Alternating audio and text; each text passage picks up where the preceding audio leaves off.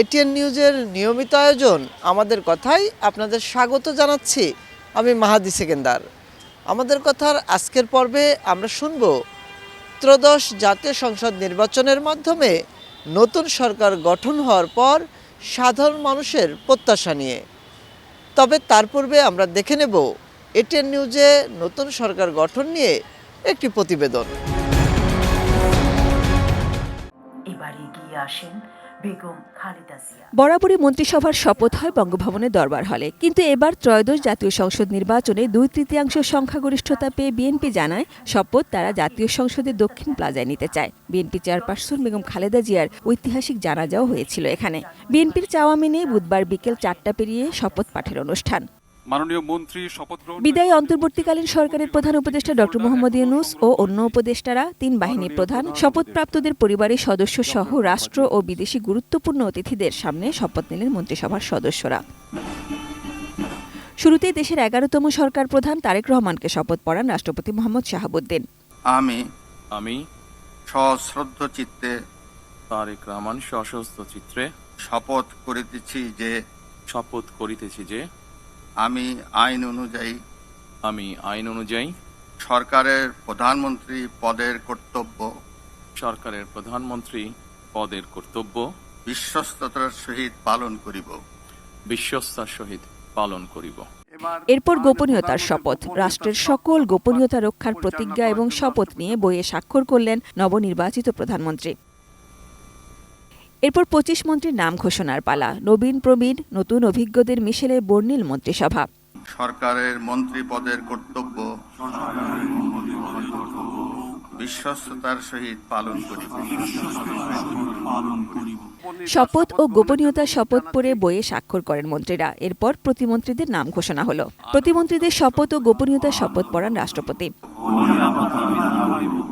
এই সভায় মন্ত্রীদের 25 জনের মধ্যে 16 জনই নতুন মুখ, প্রতিমন্ত্রীর মধ্যে 24 জনই নতুন। প্রধানমন্ত্রী তারেক রহমানও এবারই প্রথম সংসদ সদস্য ও মন্ত্রিসভার সদস্য হলেন।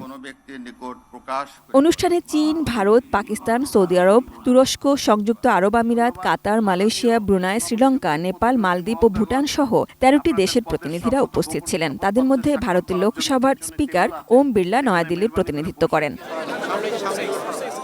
একদিকে যখন নতুন সরকারের মন্ত্রিসভা সংসদ ভবনের দিকে যাচ্ছিলেন, অন্যদিকে তখন অতিথিদের শুভেচ্ছায় ভাসছিলেন বিদায়ী প্রধান উপদেষ্টা ডক্টর মোহাম্মদ ইউনূস।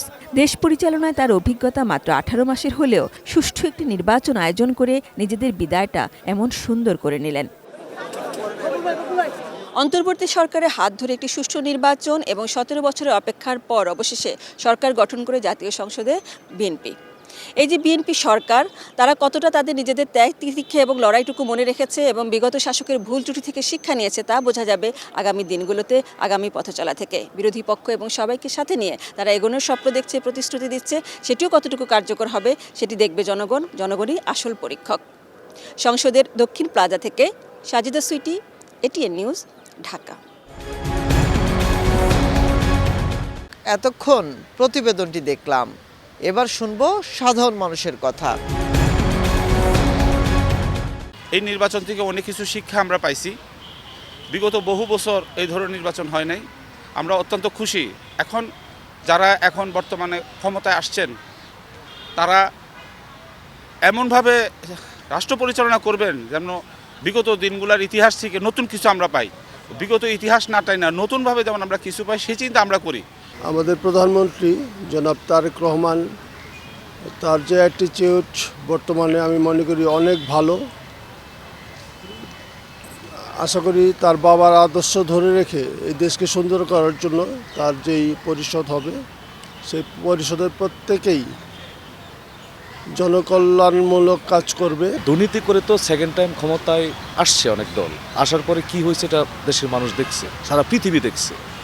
সো ওই প্র্যাকটিসটা না করে এই প্র্যাকটিসটা করতে হবে যে আমি দেশের জন্য এমন কিছু করব যাতে এই দেশের জনগণ বারবার আমাকেই নির্বাচিত করে। ঠিক আছে, আর ওইগুলা করার সময় নাই। এবং আশা করি ওনারা দ্রুত আজকে থেকে কাজ শুরু করবে এবং দেশ পুনর্গঠনের জন্য কাজ শুরু করবে। আমাদের দেশে যেটা হয় প্রাইস ইনফ্লেশন, মানে কয়দিন পরে দাম বেড়ে যায়, এটা একটা বিগ প্রবলেম। বাংলাদেশে আসলে নিম্ন মধ্যবিত্ত বেশি, এটা একটা মিডল ক্লাস বেসড ইকোনমি না।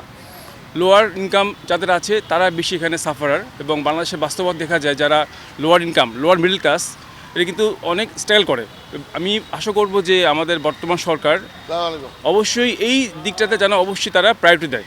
নতুন প্রধানমন্ত্রী এবং নতুন এমপিরা দায়িত্বপ্রাপ্ত হয়েছেন এবং এটা একটা নতুন যুগের সূচনা হতে যাচ্ছে মনে হয়।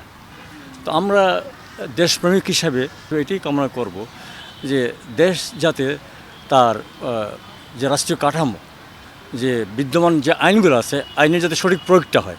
নতুন সরকার তারা চাইলে আমাদের দেশকে অনেক উন্নতি করতে পারে, আবার চাইলে তাদের মতো তারা চালাতে পারে। কিন্তু আমরা খুবই আশা করছি এবং দেশবাসী সকলে আশা করছে যে নতুন সরকারের কাছ থেকে আমরা অনেক নতুন কিছু পাবো।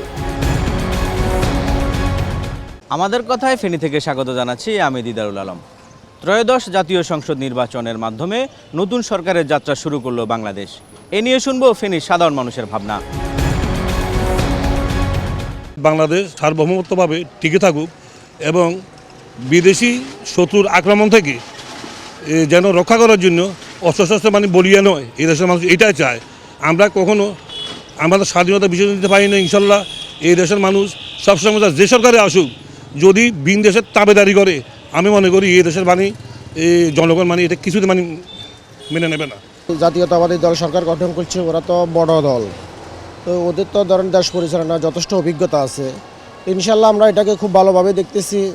কালকে তো তারা মাত্র শপথ নিছে, তারা দেশের জন্য ভালো কিছু করবে এই প্রত্যাশা করি আমরা তাদের উপরে।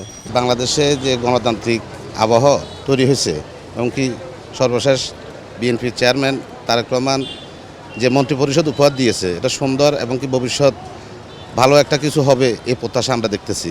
তারেক রহমান সাহেব নতুন যে মন্ত্রিপরিষদ উপহার দিয়েছেন, আমি দেখেছি এখানে তারুণ্য এবং পুরান নতুনে মিলেই এই মন্ত্রিপরিষদ গঠন করেছে। আমরা আশা করব জনগণের কাতার থেকে দাঁড়িয়ে যে সামনে যেন অতীতের মতো কোনো ফেসিবাদ কায়েম না হয়। প্রিয় দর্শক, আমি কামরুজ্জামান সাভার থেকে আপনাদেরকে স্বাগত জানাচ্ছি এটিএন নিউজের নিয়মিত আয়োজন আমাদের কথা। আজকে আমরা জানবো নতুন সরকারের কাছে জনগণের প্রত্যাশা। এই নিয়ে চলুন দেখে আসি সাধারণ মানুষের ভাবনা কি। আমাদের প্রথম প্রত্যাশা হলো আইন শৃঙ্খলা পরিস্থিতি স্বাভাবিকভাবে নিয়ে আসা, আর দ্বিতীয়ত হলো দ্রব্যমূল্য নিয়ন্ত্রণ করা, আর তৃতীয়ত হলো আমাদের কর্মসংস্থানের ব্যবস্থা করা। এই মূলত আমি মনে করি এই তিনটা জিনিসই ভালোভাবে উপযোগ করতে পারলেই আমাদের সরকার সাকসেসফুল হবে। নির্বাচনটা সুষ্ঠু, খুব সুন্দর পরিবেশে আমরা উদযাপন করছি এবং নির্দ্বিধায় ভোট দিতে পারছি, এটা খুব ভালো একটা লাগছে আমাদের কাছে। দ্বিতীয়ত হচ্ছে এই সরকারের কাছে আমাদের প্রত্যাশা সেটা হচ্ছে যে দ্রব্যমূল্য যেন এটা হাতের নাগালে থাকে এবং শ্রমজীবী পেশাজীবী সবাই যেন সুন্দরভাবে দ্রব্যমূল্য কিনতে পারে, এটা হচ্ছে সবচেয়ে বড় চাওয়া। নির্বাচিত সরকার তার কাছে আমাদের প্রত্যাশা যেন দুর্নীতি না হয়, মানুষ যেন দ্রব্যমূল্যের নাগালের মধ্যে থাকে, সবাই যেন তার আইন শৃঙ্খলার মধ্যে থাকে, এটাই আমাদের প্রত্যাশা। কারণ সবাই যেন নিরাপত্তা বোধ করে। চাকরির বাজারে স্বজন প্রীতি, দলের প্রতি প্রীতি এগুলা না দেখিয়ে দক্ষ এবং অনেস্ট লোক নিয়োগ করা হয়। আর প্রতিবারের মতো সবসময় আমরা দেখি আমাদের দেশে একটি সমস্যা যে রোজা আসলেই প্রতিটি মূল্যের দাম বৃদ্ধি পায়। এতে করে হচ্ছে আমাদের যারা সাধারণ আমরা খেটে খাওয়া মানুষ, আমাদের খুব ভোগান্তি হয়। তো এই জিনিসটা যেন না হয়। এতক্ষণ শুনছিলাম সাধারণ মানুষের নতুন সরকারের কাছে প্রত্যাশা নিয়ে তাদের ভাবনা। নতুন সরকার সেই প্রত্যাশা কতটা পূরণ করতে পারে সেটাই এখন দেখার অপেক্ষায়। আমাদের কথার আজকের পর্ব এ পর্যন্তই। এতক্ষণ আমাদের সাথে থাকার জন্য আপনাদের ধন্যবাদ। আবারও দেখা হবে নতুন কোনো বিষয় নিয়ে, ভিন্ন কোনো জায়গা থেকে। ততক্ষণ ভালো থাকুন, সুস্থ থাকুন, এটিএন নিউজের সাথেই থাকুন।